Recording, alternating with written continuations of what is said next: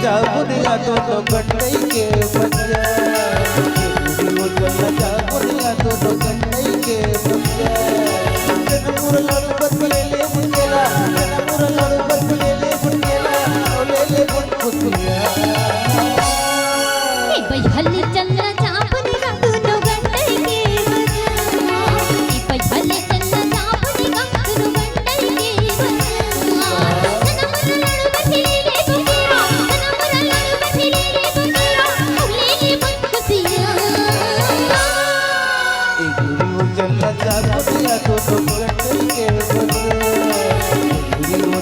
जाबुनिया तो गंडई के बच्चा जाबुनिया तो गंडई के बच्चा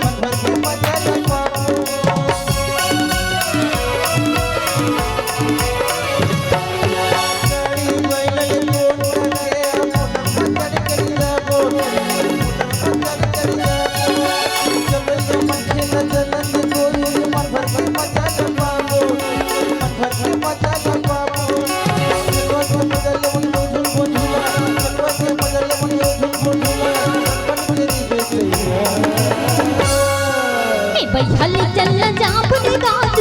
गंडई के बच्चा ए भाई हल्ली चलना जाबुनिया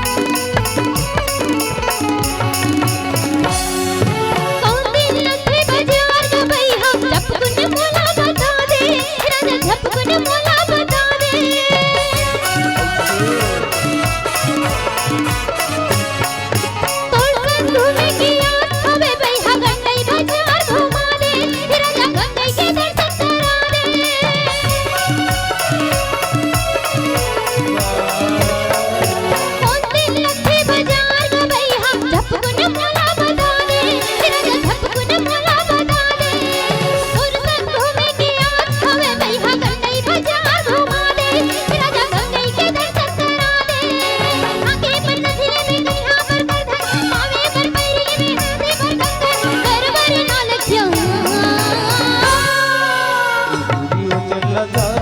गंडई के बच्चा